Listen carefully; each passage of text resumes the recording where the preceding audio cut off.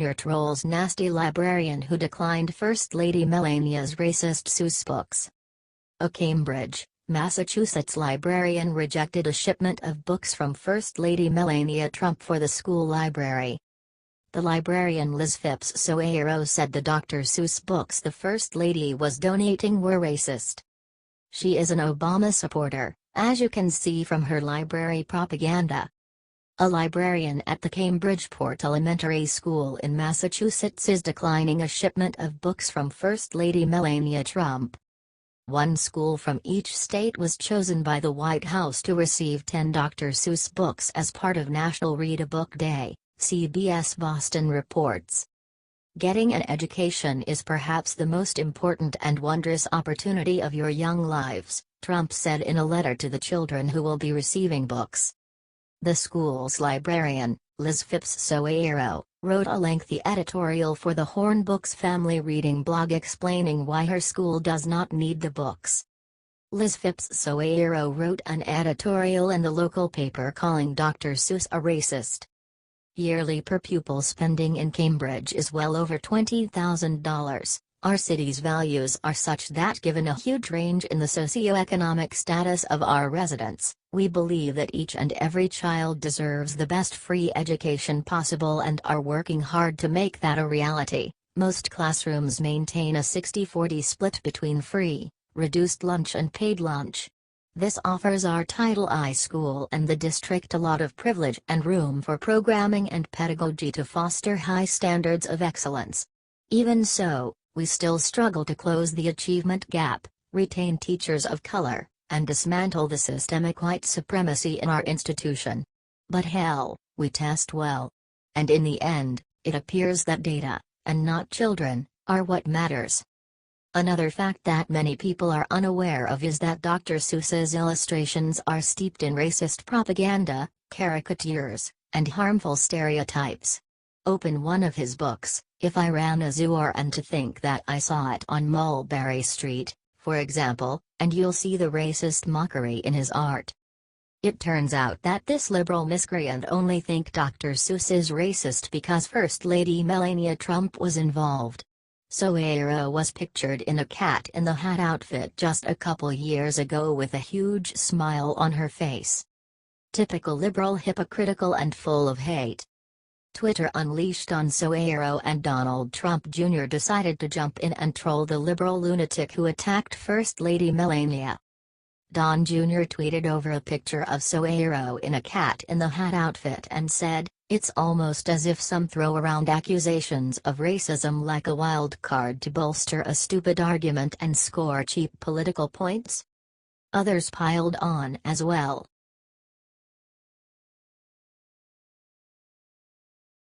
Melania shuts down school librarian who spurned book gifts. First Lady Melania Trump released a statement through her communications director in response to a grade school librarian who spurned her gift of free books for the school children. Why did the librarian turn down the gift? In a long screed published earlier this week, elementary school librarian Liz Phipps Soeiro sneered at the gift from the First Lady, offering a few reasons in explanation. She called the Dr. Seuss books cliched and used the occasion to criticize Education Secretary Betsy DeVos. She continued on to deride the First Lady for sending books some consider racist and enforcing systemic racism and oppression. How did the First Lady respond? Mrs. Trump intends to use her platform as First Lady to help as many children as she can. She has demonstrated this in both actions and words since her husband took office, and sending books to schools across the country is but one example. Read the statement from the First Lady's communications director. Turning the gesture of sending young school children books into something divisive is unfortunate, it concluded, but the First Lady remains committed to her efforts on behalf of children everywhere. Why was the First Lady giving books to the school? For National Read a Book Day in September, the First Lady chose one school in each state to receive a gift of books written by celebrated author Dr. Seuss. Why does this matter? It doesn't, really. But it is an example of how unreasonable the hatred toward the President and the First Lady can be, even when the First Lady is simply attempting to make a generous gesture to schoolchildren. It is another sign of how irrationally divided the country is among political lines.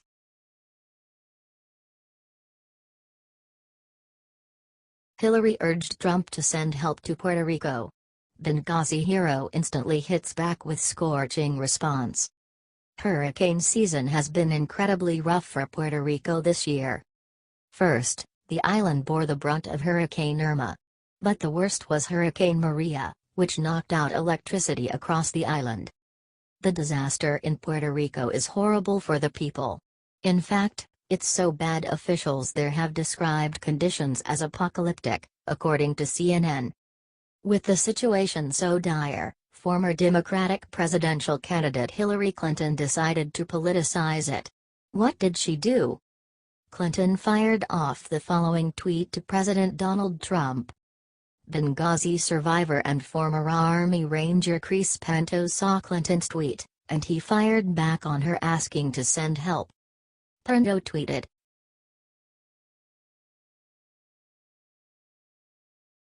Mike Lester made a clever cartoon describing the issue with anthem protests. The national anthem protests rose numerous reactions, among which the audience can witness hypocrisy of the NFL and its supporters among mainstream media regarding this issue. The executive director of the NFL Players Association, DeMaurice, this weekend obviously made dumb remarks, made this remarkably clear.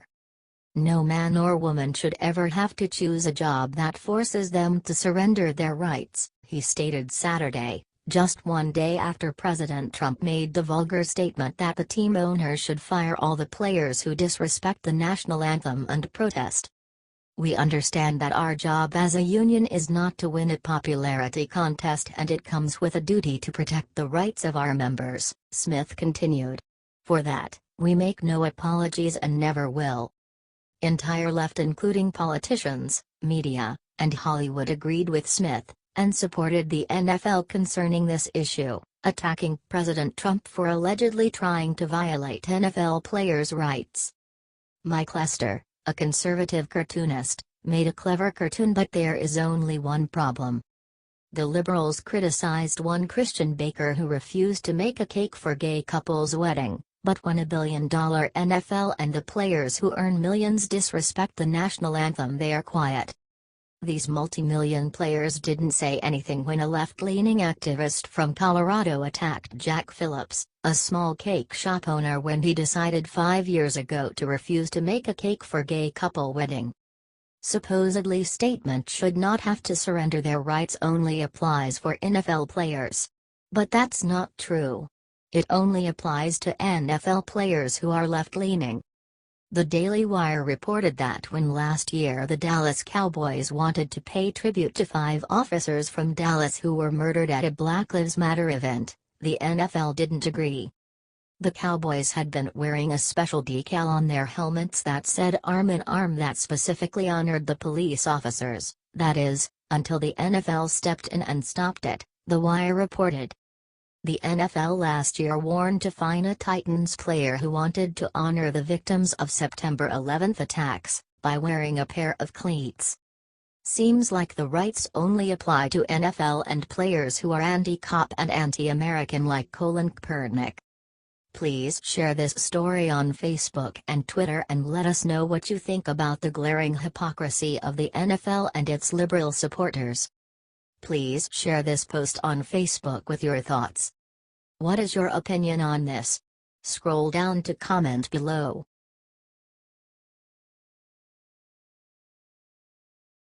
Watch Ronald Reagan's speech from 1981 surfaces, puts every anthem protester to shame. Ronald Reagan continues to be a beloved icon of conservatism even 13 years after his death. What endeared the 40th president to so many is that he was unequivocally, unapologetically pro-American. He loved his country and believed it was something worth fighting for. A recording of Reagan's first inaugural address is making rounds on the internet as the public debates the issue of national anthem protesting NFL players. As seen on YouTube, Reagan's powerful speech declared that the U.S. is exceptional and unique, something to be proud of. He went on to describe the enormous sacrifices so many Americans have made for this nation, including their very lives. Reagan assumed the presidency at a time of uncertainty and fear, much like today. His predecessor, Jimmy Carter, was often criticized for his tepid handling of international affairs, particularly his response to the Iran hostage crisis. Carter was also president during a time of high inflation, high interest rates, oil shortages, and slow economic growth. Reagan articulated a powerful point that the talents and innovation of the people themselves, not the government, are what make America great. In this present crisis, government is not the solution to our problem, government is the problem. From time to time we've been tempted to believe that society has become too complex to be managed by self-rule, that government by an elite group is superior to government for, by, and of the people. Well, if no one among us is capable of governing himself, then who among us has the capacity to govern someone else? Reagan's comments are especially significant in the face of football players who have benefited immensely from America's free market system, gaining a wealth most people on earth will only ever dream about. Reagan believed every American has the full capacity to lift himself up to success if he chooses, as long as the government gets out of his way. The NFL players are evidence of that proposition.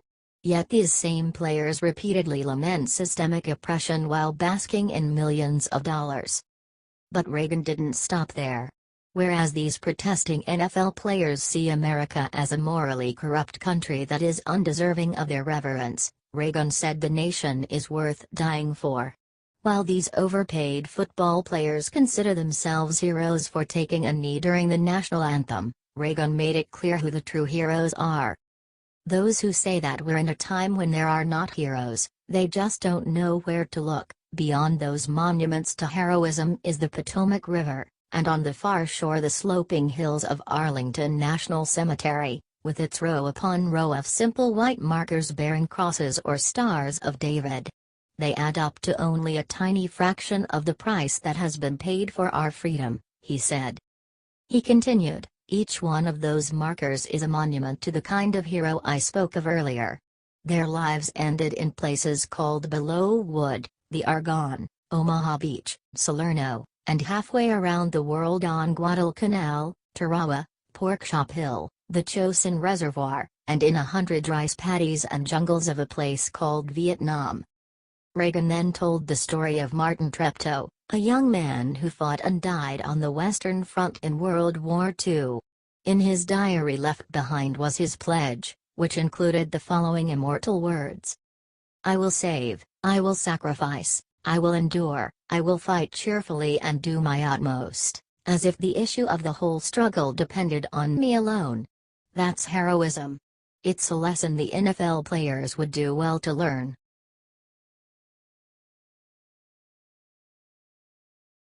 Report Benghazi families issue brutal Hillary demand. The Benghazi terrorist attack that resulted in the deaths of Ambassador Christopher Stevens, Tyrone Woods and Sean Smith was the result of negligence. As details of this story from 2012 continue to emerge, the parents of Woods and Smith have a request. These parents want to see Hillary Clinton brought to justice over the deaths of their sons, insisting that she should stand trial. The attack was carried out by a group of Muslim terrorists. Hillary Clinton and Barack Obama seemingly knew that the attack was coming, but did nothing to stop it. In fact, they went on to tell the parents that the death of their children was due to an obscure YouTube video, not negligence. A case was brought on by Larry Klayman from Freedom Watch on behalf of the parents, Patricia Smith and Charles Woods. The basis of the case was that Clinton not only lied about the attack but went on to defame the families of the victims by accusing them of lying. The charges included defamation, false light, and intentional infliction of emotional distress. Shockingly, the case was dismissed at a lower level, citing the behavior as part of Clinton's scope of employment, which happened to be Secretary of State. Even with the likely fact that Clinton used her private, unsecured email service to transmit information that eventually led to the deaths of the Americans in Benghazi, Clayman is having to fight for the overturn of the dismissal. Clinton was previously dismissed on a default judgment by an Obama-appointed judge. The basis for that dismissal was that Clinton was not properly served and therefore could not be brought to court. Clayman went to Washington in order to fight for Smith and Woods. The parents of the two brave Americans said that the FBI determined that Clinton's use of the email server was extremely careless. The lawsuit claims that as a result of the carelessness, their children are no longer on this earth. That, if anything, should at least make Clinton want to show remorse for her behavior. Instead, she accused the parents of lying and neglected all responsibility. The parents also used the grounds that Clinton lied about the cause of the attack. She initially said that a YouTube video showing the Islamic prophet Muhammad getting mocked was what caused the attack. It was later found that this was not the case. Clayman laid the groundwork for his argument, having used a secret private email server that we now know was used to communicate with Ambassador Christopher Stevens with confidential and classified government information, and which we also now know was likely hacked by hostile adversaries such as Iran, Russia, China and North Korea aligning with terrorist groups. It is clear that Hillary Clinton allegedly negligently and recklessly gave up the classified location of the plaintiff's sons. One can hope that this is not going to end here. The hunt for the whole truth and eventual conviction of Clinton is, in the eyes of many Americans who see this crime for what it is, a crucial undertaking. Clayman and many like him are going to continue the fight to get to the bottom of what really happened in Benghazi. At the very least, the parents deserve to hear the truth with their own ears.